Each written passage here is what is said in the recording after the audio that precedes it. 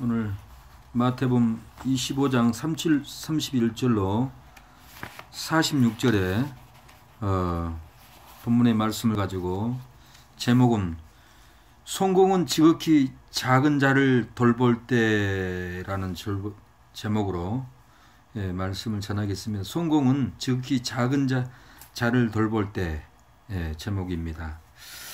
지극히 작은 자를 좋게 대하면은 잘 됩니다. 지극히 작은 자를 좋게 대해야 인권을 얻고 성공을 합니다. 마음이 평안하고 심신이 즐겁습니다. 지극히 작은 자를 좋게 대해야만이 영혼도 맑고 거룩한 일을 진행할 수가 있습니다. 지극히 작은 자를 업신여기면은 인권도 없고 성공도 없습니다. 지극히 작은 자를 좋게 하지 않으면은 마음도 편하지 않고 심신이 괴로워요. 지극히 작은 자를 좋게 하지 않으면은 내 영혼은 흐리고 거룩한 일을 하기가 힘이 듭니다. 이렇게 오늘 본문에 그 말을 하는 거예요. 34절에 보니까 그때 임금이 그 오른편에 있는 자들에게 이르되 내 아버지께 복받을 자들이여 나와 창세로부터 너희를 위하여 예비된 나라를 상속 받으라고 그랬어요. 상속 받으라고.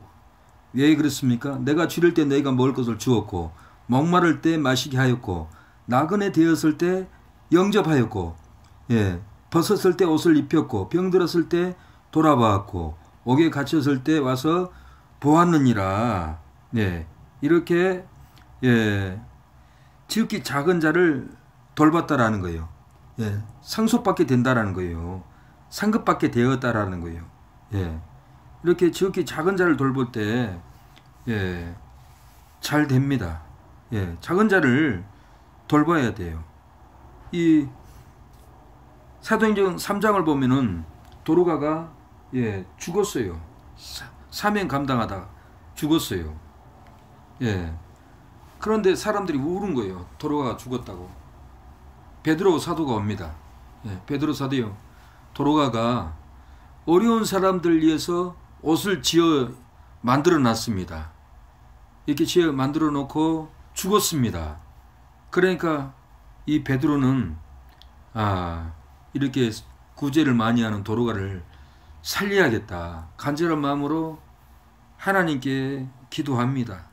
도로가가 어떻게 됐습니까? 집사님? 살아났습니다. 이 도로가가 지극히 작은 자, 옷 없는 자, 굶는 자, 빈곤한 자, 자기 소유로 옷을 지어서 입혔다라는 거예요. 지금이야 재봉틀이 있으니까 옷을 잘 만들지만 옛날에 2000년 전에는 이 옷을 지어 입힌다는 게 이게 쉬운 일이겠냐고. 근데 옷을 이렇게 지어서 입히다가 이렇게 살아났다는 거예요. 지극히 이렇게 작은 자를 좋게 해야만이 죽은 육체가 살아납니다. 병든 심령이 고침을 받는다라는 거예요. 지극히 작은 자를 좋게 대하지 않으면은 힘듭니다. 마음이 불편합니다. 어렵습니다. 근데 오늘 본문에는 지극히 작은 자를 좋게 하지 않으면은 끔찍한 얘기를 해요. 병든다, 사업이 망한다, 실패한다, 그런 말 하지 않아요. 뭐라고 나옵니까? 지옥 간다고 나와요. 참 놀랄 일이잖아요. 어떻게 지극히 작은 자를 하지 않는데 왜 지옥 갑니까? 그게 그렇게 큰 죄입니까? 41절, 43절 한번 읽어보세요. 집사님이.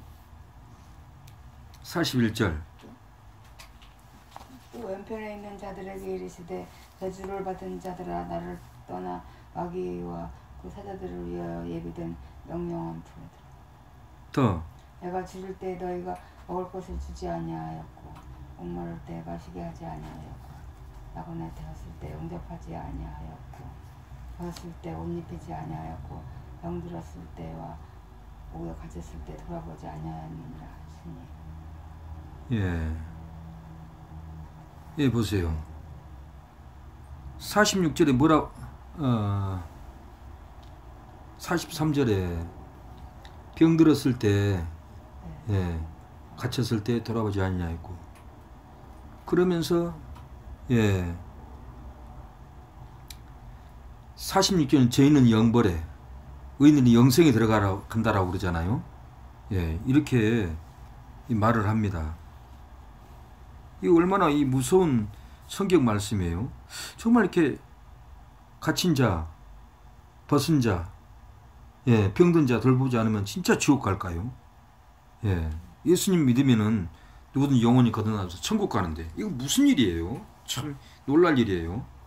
예, 이 천국 지옥 간증을 들어보면은 그걸 무시할 수가 없어요. 아프리카 목사님이 교통사고로 죽었어요. 네. 제가 영상을 보니까 예수님을 만났는데 예수님이 너는 천국에 못 온다 그래요. 그렇게 얘기를 하더라고. 그러니까 이 아프리카 목사님이 놀래가지고 오마이갓, 내가 선교를 하고 내가 목사로서 이렇게 평생 설교를 했는데 전도를 했는데 내가 왜 예수님 천국에 못 들어가고 지옥 가야 됩니까? 막 눈물로 애걸 법골 막 매달리고 하는 거예요. 그러니까 예수님이 뭐라고 하냐면 너는 네 아내를 외면했다. 돌보지 않았다. 용서하지 않았다. 그러는 거예요. 그러니까 평생 일을 열심히 했지만은 설교도 하고 선교도 했지만은 자기 아내를 돌보지 않고 미워했다라는 거예요. 미워하고 용서를 안 했다라는 거예요. 그래서 너는 천국에 못 온다고 그랬대요. 그래서 그걸 다시 죽지 않고 살아났어요. 살아나가지고 자기 아내한테 얼마나 해결을 했겠어요. 예. 성경에 나와요. 미워하면은 하나님도 용서하지 않는단 말이 나와요. 예. 요한복음 18장에 그러잖아요. 예. 그리고 미워하는 죄는 살인죄라고 나와요. 요한복음 5장에는. 살인자는 계시록 21장 8절에 천국에 못 간다라고 그러잖아요. 예. 마음으로 미워하는 것도 살인죄인 거예요. 예. 이렇게 지극히 작은 자에게 하지 않는 것이 그 내면에 들어가 보면 자기 아내를 돌보지도 않고 미워했고 용서하지 않았고 그랬다라는 거예요. 이건 다 이 살인죄나 마찬가지. 미워하는 죄는 용서하지 않는 죄는. 그게 예수님이 나도 너희를 용서하지 않는다 하겠는데, 제가 존경하는 목사님이 얼마 전에 소천을 했어요. 근데 이 목사님이 4년 전에 지옥 천국을 다 갔다 왔네. 죽어가지고. 근데 지옥 3층에 가니까 무당들이 있더래요. 그리고 지옥 2층에 가니까 신학교를 졸업도 안 하고 목사 안수 받았다는 사람들이 거기 있더래요. 신학교를 정기신학 졸업도 않고 그냥 지기들 마음대로 자기 옥상에서 받고. 그러니까 이거 거짓이잖아요. 마태복음 7장에 너희가 내 이름으로 귀신을 쫓아내고 능력을 행할지라도 불법을 행하는 자들아 내게서 떠나가라 했잖아요. 그 거짓 선지자인 거예요. 물론 이단들을 두고 하는 말이에요. 근데 그것도 거짓이잖아요. 그러니까 철저히 살아있을 때 해결을 해야 합니다. 지옥 2층에 또 누가 있었냐면 제가 아는 사람 만났습니까? 하고 내가 물어봤어요. 그러니까 신학교 다닐 때 자기 동기가 있대요. 동기. 그 동기가 자기를 그렇게 괴롭혔대요. 신학교 다닐 때. 그러는데 그리고 목사님이 죽어서 지옥 2층에 가보니까 세상에 지옥의 2층에 있더라는 거예요. 그래서 신학생을 미워하고 집사님을 미워하고 목사님들 미워하고 비난하고 악한 소리하고 그러면 이 지옥 갈 죄예요. 거듭나지 않았으니까 미워하는 거예요. 성령을 받지 않았으니까 미워하게 되는 거예요. 성령을 받으면은 잘못된 길로 가면은 또 해처리를 들어야지. 하나님께서 그거 알면서도 거기를 잘못된 길로 가도 아무 말도 안 하면 그것도 하나님 앞에 혼나요. 맞아요. 잘못된 길로 가면은 다행히 마귀 영으로 끌려가는 거예요. 잘못된 길은 성령 인도가 아니에요. 그러니까 성령을 인도를 끊어버리고 이렇게 지옥에 빠집니다. 그러니까 거듭나지 못하고 지식으로만 예수 믿다가 보혜사 성령을 받지 못하고 성령 세례 받지 못하고 지식으로만 믿다가 성경을 많이 읽었지만 지식적인 신앙이에요. 보혜사 성령을 받은 게 아니에요. 예수님을 믿는다는 것은 성령을 받았다라는 거예요. 고린도전서 12장 3절에 성령으로 아니하고는 예수를 그리스도로 고백 못한다고 그랬어요. 예수를 믿는다는 것은 성령을 받았다는 거예요. 보혜사 성령을 받았다는 거예요. 성령 세례를 받았다는 거예요. 그렇게 믿고 성령 받고 또 다른 뭐 진리의 성령을 받네. 그것은 다 거짓 이단 소리예요. 그래서 이렇게 이 지옥 2층에 신학교 동기가 그러고 성령 오면 너희를 자유롭게 하리라. 너희를 자유케 하리라. 자유하는 거예요. 미워하지 않고 사랑하고 자유가 있어요. 자유가 없으니까 비난하고 욕하고 나쁜 소리하고 부정적인 얘기하고 이것은 마귀에게 잡힌 있다는 거 알아야 돼요. 성령이 잡히면은 국률이 있어요. 남이 불쌍하게 보이는 거예요. 사랑의 은사가 뭐예요? 그렇게 비난을 해도 저 영혼이 불쌍한 거예요. 마귀한테 잡혀있는 저 영혼이 불쌍하게 보이니까 미워하지 않은 거예요. 그렇게 미워를 해도. 저를 10년 동안 어느 분이 저를 막 미워하더라고요. 막 비난하고. 근데 그 영혼이 그렇게 불쌍한 거예요. 한 번도 왜 그러세요? 왜 그러시는데요? 말 한마디 안 해봤어요. 근데 그분은 상처가 많은 분이에요.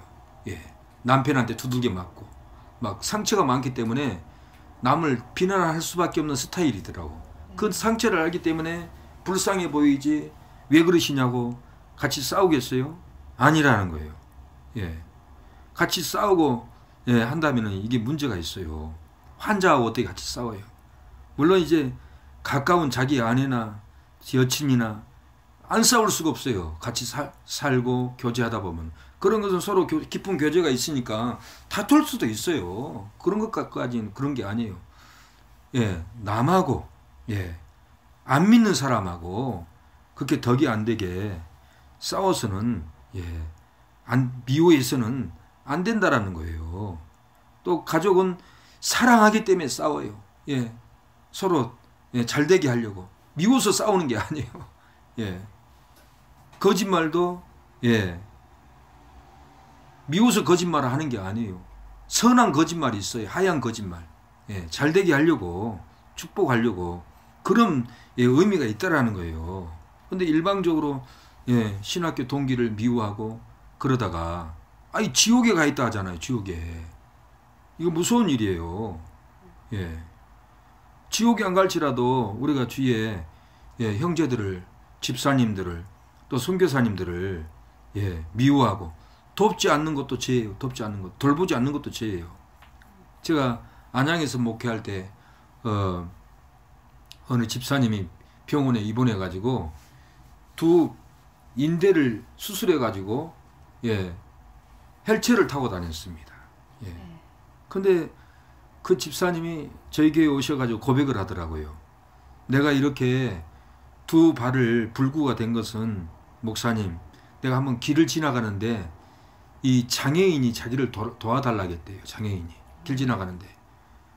근데 안 도와줄 수도 있어요. 사실은. 근데 하나님이 도우라고 마음에 감동을 주더래요.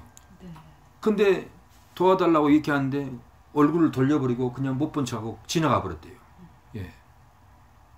그 사건을 계기로 아팠대요. 그 집사님이. 물론 내가 길 지나다가 한 푼 도와주시오 그러면 나도 못 도와줄 때가 많아요. 줄 때도 있지만 그런 걸 다 얘기하는 게 아니에요. 어떤 경우에 하나님이 해라 하는 감동이 사인이 와요. 근데 안 하면은 그게 힘든 거예요. 그래서 이 집사님도 본인이 고백을 하는 거예요. 내가 그 어려운 사람 돕지 않아서 이렇게 고통을 받았습니다. 그러는 거예요. 이 돕지 않으면은